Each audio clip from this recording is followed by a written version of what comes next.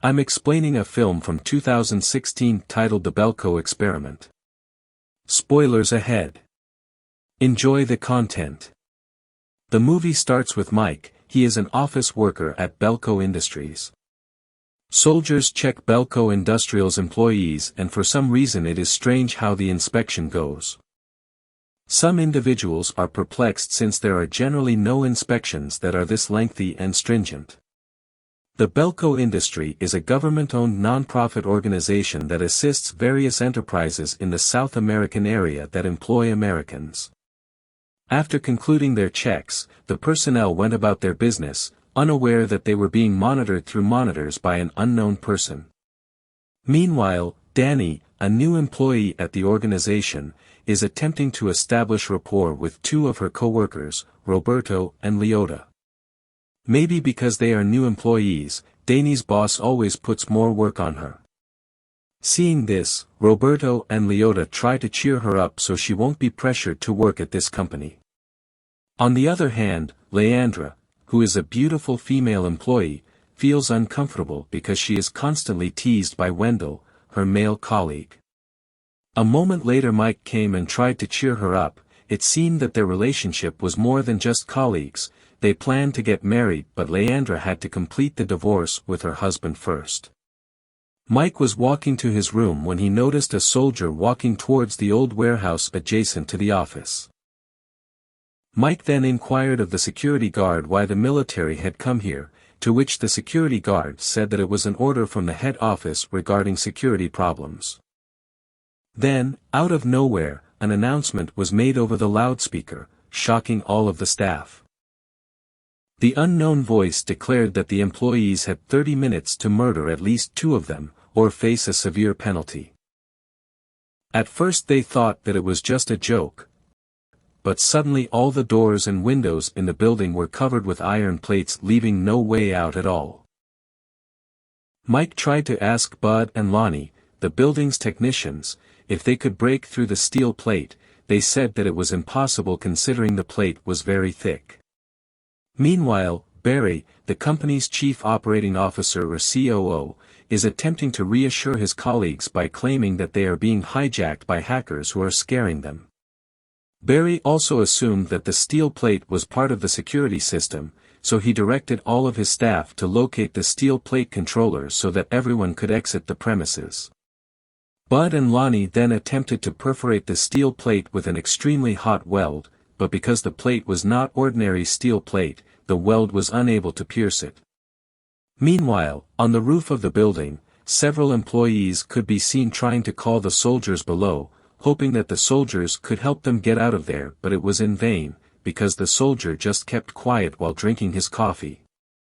Marty, a cafeteria worker, speculated that the military may be performing psychological tests on them. Suddenly, a shot hit one employee and killed her. It didn't stop there. The employees began to be shot dead one by one, creating a stressful situation. When conditions improved, Barry proceeded to investigate the deaths of those who had perished. On closer study, they discovered that the wounds were not caused by gunshots, but by their brains exploding. Mike then remembered the first time he worked at the company, where they had tracking devices attached to the back of their heads. Mike then attempted to seize the gadget by force by cutting a small hole in the back of his skull, convinced that the tool was a bomb set on purpose by Belko Industries. When Mike was almost done removing the tracking device, the mystery voice spoke out again, as if he knew what he was doing, and urged Mike to stop or else they would explode the bomb in his skull. Then Peggy, who worked as a secretary at the firm, attempted to sew up Mike's head wound once more.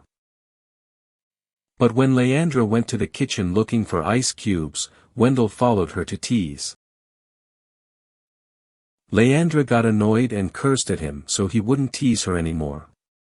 Meanwhile, Barry approaches Evan, the security guard, hoping he can get the key to the gun storage, but apparently Evan doesn't want to give the key to anyone. A time later, the mystery beacon reappeared, stating that there were approximately 76 people still in the building. he requested that the number be reduced to 46 persons, otherwise the explosives in each of their heads would be detonated. Hearing this, the employees frightened even more, and several of them battled with one another since they didn't know what to do. In the midst of the lengthy dispute, Leandra suggested that they put up a banner on top of the building begging for assistance in the hope that someone would notice it. But Barry thought that the idea was not effective, so they had to think of another plan that made more sense. Meanwhile, when Bud and Lonnie were in the basement, who knows what happened? Lonnie, who was hysterical with fear, suddenly beat Bud, killing him. Danny, who happened to see this occurrence, attempted to flee but was pursued by Lonnie. There was a ruckus between them, and Danny inadvertently shoved Lonnie's body till it was impaled by a nail, killing him. When Mike and Leandra performed their banner-fixing activity, they discovered that the welding band originally used by Bud and Lonnie had vanished someplace. They then headed to the armory, where Barry, Wendell, and Terry had already broken in. Apparently Barry intended to kill around 30 employees to fulfill the requirements put forward by the mysterious voice earlier. However, because Mike did not agree with Barry's crazy plan, he shot the welding gas hose until the welding could no longer be used. Mike and company try to raise a banner over the building, but they are fired upon by soldiers, leaving one of them seriously injured. Then a strange voice warned them that if they did something dumb again, their heads would be blown off. They had no choice except to retreat back into the building. Suddenly, Mike and the others are ambushed by Barry, and they forcefully grab the warehouse key by killing Evan. After successfully entering and acquiring weapons, Barry gathered his staff and led them to the lobby, regardless of who they were or what position they had. Barry stated that if they did not murder as many as 30 individuals, they would die with bombs implanted in their skulls, therefore they were obliged to hire elderly personnel in order to retain the young. Barry also intends to kill Mike because he always disobeys their plans. When Terry was about to shoot Mike, Danny managed to turn off the electricity in the building, causing everyone to scatter and run away from there. In the midst of the chaos, Barry ordered Terry and Wendell to kill as many people as possible because there were only 2 minutes left. But unfortunately at the last minute, Barry was only able to kill 29 people, so the mysterious voice had to end the game by activating explosives all over the heads of the employees at Belko Industries. The employees began to die one by one, but when it was Barry and the others' turn, the strange voice said that the game will resume in the following half hour, thus they lived for a while. The mystery voice states in the game's final stages that they should be able to kill each other within an hour. The deadly game will be won by whomever kills the most people or survives the longest. Without spending any more time, they began killing each other, regardless of who they were. On the other hand, when Danny and Roberto were hiding in the elevator, they met Barry, who immediately opened fire on them, unlucky for Roberto, whose body was pinned in the elevator, and killed him immediately. This made Barry trapped in the elevator because Roberto's body was blocking the elevator. While Danny managed to save himself by passing through the iron poles in the elevator's path. Meanwhile, when Leandra caught Marty and other employees doing suspicious things, she asked what they were doing. Apparently they were preparing an explosive device to detonate the steel plate, using the explosive device on the head of the employee who had died.